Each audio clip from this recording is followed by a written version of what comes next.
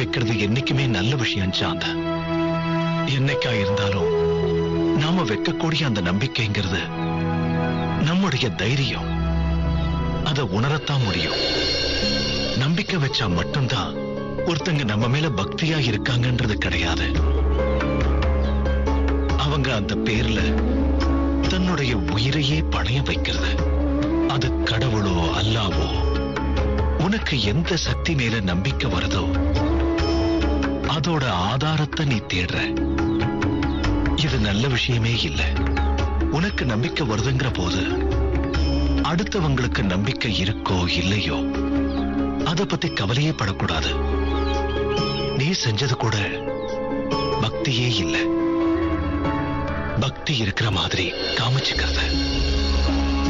அந்த மாதிரி பண்றவங்கள கூட எனக்கு சுத்தமா பிடிக்கவே பிடிக்காது.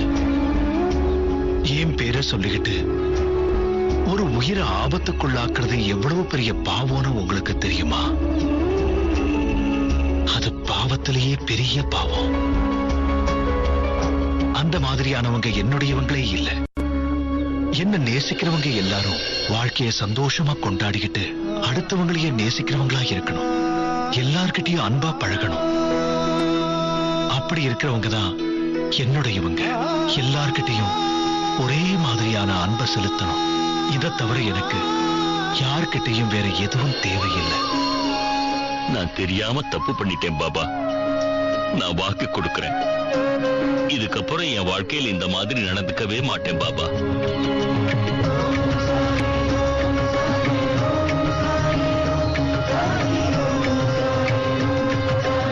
நீங்க எப்பவுமே என் மனசுல இருக்கிறீங்க பாபா. ராமன் உங்களை காக்கட்டும்.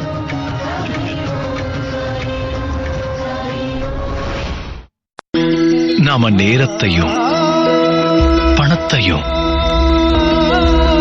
ஒழுங்கான விதத்துல பயன்படுத்தினா பிரச்சனையே இல்லை. இன்னைக்கு எல்லாரும் இன்பத்தை தேடி போறாங்க. அத நான் தப்புன்னு சொல்ல வரல.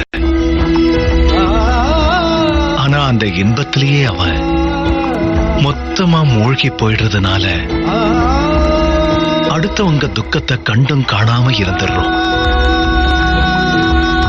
அந்த மாதிரி இருக்கிறது தான் தவறுன்னு சொல்லணும்.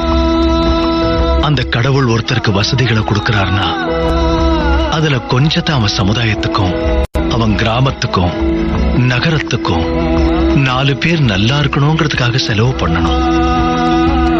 நீம் கிராமத்தை சேர்ந்த பாபா சாஹிப் அந்த மாதிரி செஞ்சார் இல்லையா? அவர் எவ்வளவோ செஞ்சிருக்காரு. அவரை மாதிரி செய்யணுங்கிற எண்ணம் எல்லாருக்குமே வந்ததுன்னா ரொம்ப நல்லா இருக்கும். அந்த மாதிரியான ஆட்களுக்கு அந்த கடவுளுடைய அன்பும் ஆசையும் நிச்சயமா கிடைக்கும். அதை விட்டுட்டு நாம சம்பாதிக்கிற பணம் யாருக்குமே உதவாம அதை நாமளே வச்சிருந்தோம்னா அவ்வளவு சொத்துக்களை சேர்த்தும் எந்த பலனுமே இல்லாம போயிடும்.